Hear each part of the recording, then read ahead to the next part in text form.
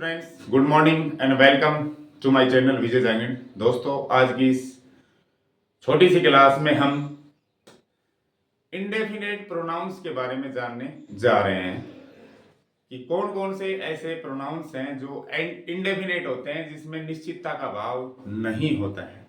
तो चलिए जानते हैं कौन कौन से हैं ऐसे प्रोनाउंस। दोस्तों, इंडेफिनेट प्रोनाउंस ये इनको तीन कैटेगरीज में मैंने रखा है, तीन श्रेणियों में मैंने रखा है। एक तो वो इंडेफिनेट प्रोनाउन जो सिर्फ व्यक्ति के लिए यूज होते हैं, एक वो जो वस्तु के लिए यूज होते हैं, और एक वो दोस्तों जो दोनों के लिए यूज हो सकते हैं। दोस्तों, वन शब्द है हमारे पास, वन और बॉडी, और हमारे पास चार शब्द हैं, सम, एनी, नो, एवरी। सम, एनी, नो, एवरी, इसमें हम वन लगा के और बॉडी लगा के 8 इंडेफिनेट प्रोनाउंस बना सकते हैं। दोस्तों, समवन और समबॉडी एक ही बात है, कोई सा भी वर्ड हम यूज कर सकते हैं। इसका अर्थ होता है कोई या किसी। अनिश्चितता का भाव है, किसी ने मेरा पेन चुरा लिया।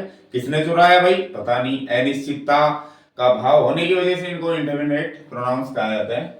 दोस्तों, एनी वन और एनी बॉडी, वन और बॉडी लगाने से दो बन गए, बात एक ही है, कोई सा भी यूज कर सकते हैं। इसका अर्थ है कोई भी। दोस्तों, एनी वन का प्रयोग हम प्रश्नवाचक या नेगेटिव वाक्य में करते हैं। प्रश्नवाचक या नेगेटिव वाक्य में हम इसका यूज कर सकते हैं, और वाक्य के शुरू में भी हम इसका, जब कर्ता की अनिश्चितता हो, जब कर्ता की अनिश्चितता हो, तब भी हम एनीवन से कोई वाक्य शुरू कर सकते हैं। अदरवाइज एनीवन का यूज या एनी बॉडी का यूज हम सब्जेक्ट ऑब्जेक्ट के रूप में नेगेटिव और प्रश्नवाचक वाक्यों में ही करते हैं। दोस्तों, नो वन नो बॉडी एक ही बात है, कोई भी नहीं। और एवरीवन या एवरीबॉडी का दोनों का एक ही है, हर कोई, सभी। जैसे कहते हैं ना, good morning everyone, good morning everybody, अर्थात सभी को गुड मॉर्निंग। तो दोस्तों, ये कुछ एग्जांपल्स हैं, इनका यूज हम सब्जेक्ट ऑब्जेक्ट दोनों रूपों में हम कर सकते हैं। शर्त यह है कि इनके बाद कोई नाउन नहीं आनी चाहिए, क्योंकि प्रोनाउन चाहे कैसा भी हो अकेला यूज होता है, उसके बाद नाउन नहीं आनी चाहिए। अगर नाउन आ गई तो एडजेक्टिव हो जाएगा, प्रोनाउन नहीं। तो ये अकेले होने चाहिए, इनके बाद वर्ब आनी चाहिए, या ऑब्जेक्ट के रूप में ये यूज हो सकते हैं, वर्ब के, मेन वर्ब के बाद भी ये यूज हो सकते हैं। Someone is knocking at the door, देखो अकेला यूज है someone, इसके बाद वर्ब है, तो यहाँ इंडेफिनेट प्रोनाउन है। कोई दरवाजे पर दस्तक दे रहा है, खड़खड़ा रहा है दरवाजे को, कौन खड़खड़ा रहा है? अनिश्चितता का भाव। यहाँ देखो, उसने मदद की, समबॉडी किसी आदमी की, मेन वर्ब के बाद आ रहा है, ऑब्जेक्ट के रूप में यूज किया है। उसने किसी व्यक्ति की मदद की थी परीक्षा में। इसी तरह देखो, प्रश्नवाचक वाक्य में मैंने कहा था एनी वन लगता है, नेगेटिव वाक्य में एनी वन लगता है, या एनी बॉडी लगा लो, एक ही बात है। इज एनीवन देयर, क्या कोई है वहां? मैंने वहां किसी को नहीं देखा, तो ये इंटरोगेटिव है, ये नेगेटिव। इंटरोगेटिव में एनीवन या एनीबॉडी का यूज किया जाता है। ये देखो, नो वन, नो वन खुद ही नेगेटिव है ना, नो वन के बाद कुछ नहीं है, वर्ब है, तो ये इंडेफिनेट प्रोनाउन ही है। No one knows the answer, इसमें नोट लगाने की जरूरत नहीं पड़ती है, कोई भी उत्तर नहीं जानता है। अगला है there was nobody, main verb के बाद है नोबॉडी, ऑब्जेक्ट है यहाँ। There was nobody in the park, बगीचे में कोई नहीं था। और ये देखो एवरीवन, एवरीवन के बाद कुछ नहीं है, नाउन वगैरह, सिर्फ वर्ब आ रही है, तो यहाँ ये इंडेफिनेट प्रोनाउन है। Everyone wants to be successful, हर आदमी सफल होना चाहता है। दोस्तों, ये अकेले ही आते हैं, इनके बाद नाउन लगा भी नहीं सकते और लगती भी नहीं है, क्योंकि अपने आप में संपूर्ण है ये, इसके बाद नाउन लग ही नहीं सकती। संपूर्ण तो है, लेकिन इनमें अनिश्चितता का भाव होता है, कर्ता की निश्चितता नहीं बताते हैं, इसलिए इसमें इंडेफिनेट, इनको इंडेफिनेट प्रोनाउंस कहा जाता है। ठीक है, समवन समबॉडी एक ही बात है, एनीवन एनीबॉडी एक ही बात है, नो वन नोबॉडी एक ही बात है, एवरीवन एवरीबॉडी एक ही बात है।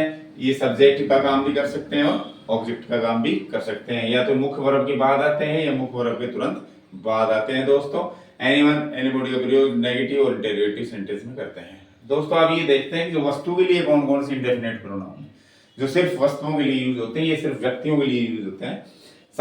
समथिंग, इसमें इन चारों शब्दों में सम, एनी, नो, एवरी में थिंग लगा देंगे, और वन या बॉडी हटा देंगे, क्योंकि वन या बॉडी का यूज व्यक्ति के लिए, जबकि थिंग का वस्तु के लिए। तो समथिंग, एनीथिंग, नथिंग और एवरीथिंग। कुछ, कुछ भी, कुछ नहीं, सब कुछ। दोस्तों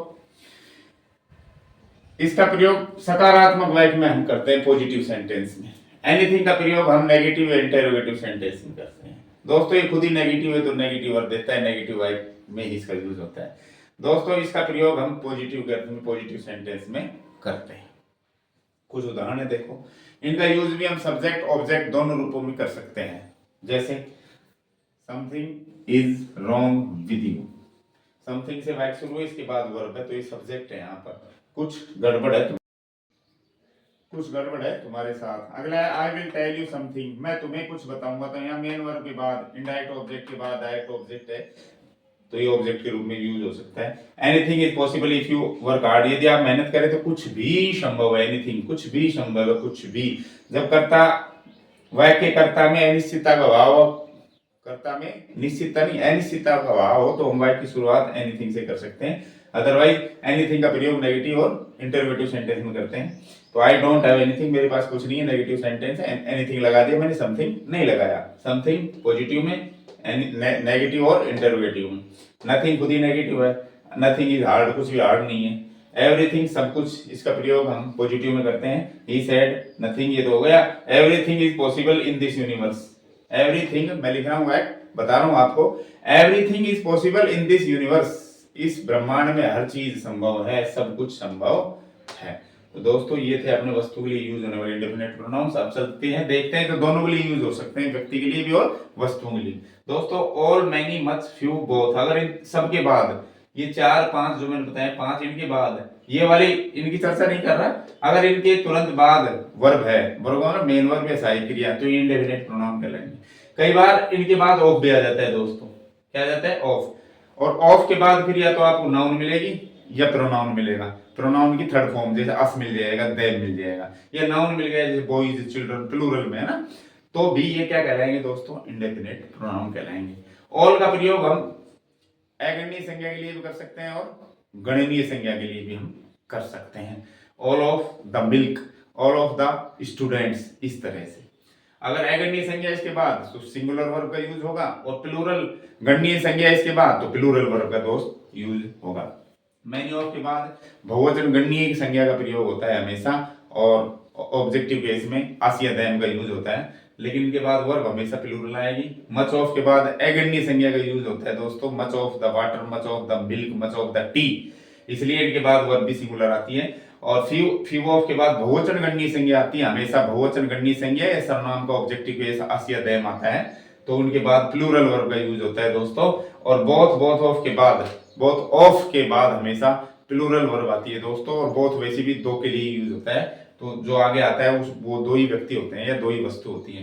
तो इसके बाद या तो अस या दैम मिलेगा, या प्लूरल नाउन मिल सकती है आपको, बॉयज, चिल्ड्रन आदि। तो इसके बाद भी हेल्पिंग वर्ब या वर्ब प्लूरल आती है दोस्तों। इसके बाद हमेशा प्लूरल, इनके बाद हमेशा प्लूरल, इनके बाद हमेशा प्लूरल वर्ब आती है। इसके बाद सिंगुलर वर्ब आती है। ऑल ऑफ के बाद सिंगुलर भी आ सकती है, और प्लूरल भी, निर्भर करता है कि इसके बाद क्या है। इसके बाद अगणनीय संज्ञा है तो सिंगुलर आएगी, और प्लूरल बहुवचन गणनीय है तो बहुवचन वर्ब आती है दोस्तों देखिए, अब आप सोच रहे हैं बहुत ही निश्चित संख्या बता रहे हैं 2, तो फिर इसको इंडेफिनिट प्रोनाउन क्यों कहते हैं? इसको इसलिए कहते हैं कि 2 सिर्फ इशारा करता है कि 2, ये नहीं बताता कि 2 कौन राम श्याम है, सीता गीता है, ऐसे नहीं बताता, दोनों लड़के अच्छे हैं, ऐसे कहे 2 कौन से, निश्चितता ही नहीं। तो इनडायरेक्ट रूप से ये क्या करता है, उनकी संख्या बताता है, उनमें निश्चितता का भाव नहीं दर्शाता ये। तो देखो ऑल आर वेलकम, सबका स्वागत है, इज दैट ऑल। अब इनका सब्जेक्ट के रूप में भी यूज हम कर सकते हैं वाक्य के शुरू में, और मेन वर्ब के बाद भी हम इनका यूज कर सकते हैं, यानी ऑब्जेक्ट के रूप में, सब्जेक्ट ऑब्जेक्ट के रूप में इन सभी का हम यूज कर सकते हैं। ऑल आर वेलकम, सबका स्वागत है। ऑल के बाद सिंगुलर वर्ब भी आ सकती है और प्लूरल भी, ये वाक्य के कॉन्टेक्स्ट पर डिपेंड है। अगर आप किसी बहुत सारी चीजों को एक इकाई के रूप में बता रहे हो, जैसे मैं पूरी कहूँ भाई क्लास में सभी बच्चे उपस्थित हैं, या मैं कहूँ बच्चों का नाम नहीं लूँ, सभी उपस्थित है, मतलब पूरी क्लास उपस्थित है, तो वहां एक इकाई बना दी मैंने क्लास को, तो वहीं से लगेगा ऑल इज प्रेजेंट। लेकिन यहाँ कह रहा है कि ऑल आर वेलकम, सबका स्वागत है, हर आदमी का जो भी है उन सबको अलग अलग ढंग से उनका स्वागत किया जा रहा है, तो सबका स्वागत है, ये नहीं कह रहा है कि इकाई के रूप में, तो यहाँ हमने आर लगा दिया यहाँ। तो ऑल के बाद इज या आर दोनों आ सकते हैं, उसके कॉन्टेक्स्ट पर डिपेंड करता है। ऑल ऑफ अस, अब प्लूरल आएगा दोस्तों, सभी, हम में से सभी प्रेजेंट है, सभी कौन है, व्यक्ति हैं सारे, और प्लूरल आएगा इसके बाद, हम सारे के सारे उपस्थित हैं। मैनी वर, मैनी ऑफ के बाद देम आई गया सेकंड फॉर्म में। बोथ आर, बोथ के साथ आर आएगा। बोथ ऑफ भी हो सकता है प्लूरल ऑब्जेक्टिव केस में, पर्सनल प्रोनाउन है देम, बोथ ऑफ देम, यानी वो दोनों के दोनों मेरे मित्र हैं। मच के बाद एगन्य संज्ञा, मैंने बताया था एगन्य संज्ञा के लिए आता है, हालांकि इसमें दिख नहीं रहा है, सर्वनाम का काम कर रहा है। तो मच हैज बीन सेड, बहुत कुछ कहा जा चुका है, यानी बहुत सारी बात कही जा चुकी है। तो मच के बाद सिंगुलर, मच ऑफ के बाद भी क्या आएगा, सिंगुलर आता है, चाहे मच अकेला आए या मच ऑफ आए, वर्ब सिंगुलर ही आएगी। और फ्यू अकेला आए या फ्यू ऑफ आए, वर्ब हमेशा इसमें तो सेकंड फॉर्म में, खैर अगर ये प्रेजेंट इंडेफिनिट होता है या कंटिन्यूअस वगैरह होता तो इसमें हम प्लूरल वर्ब ही लगाते। फ्यू ऑफ द बॉयज, यानी बहुत सारे लड़कों में से कुछ पास द एग्जाम, परीक्षा पास कर पाए, परीक्षा की पास की। तो दोस्तों ये थे अपने इंडेफिनिट प्रोनाउन, केवल व्यक्ति के लिए, केवल वस्तु के लिए, दोनों के लिए, सब्जेक्ट ऑब्जेक्ट में किसी भी रूप में हम इनका यूज कर सकते हैं। इनके बाद वर्ब हमेशा प्लूरल आती है, इसके बाद सिंगुलर, इसके बाद दोनों आ सकती हैं, सिंगुलर भी प्लूरल भी, कॉन्टेक्स्ट पर डिपेंड करता है। आशा करता हूं दोस्तों ये जानकारी आपके लिए बहुत ही हेल्पफुल होगी, और अगर आपको वीडियोस पसंद आ रहे हैं मेरे द्वारा बनाए गए तो वीडियो को लाइक शेयर करना न भूलें। चैनल को सब्सक्राइब नहीं किया है, जो स्टूडेंट्स अभी हाल ही में रिसेंटली जुड़े हुए हैं लेकिन उन्होंने सब्सक्राइब नहीं किया, तो चैनल को प्लीज सब्सक्राइब करें। Thank you for watching this video.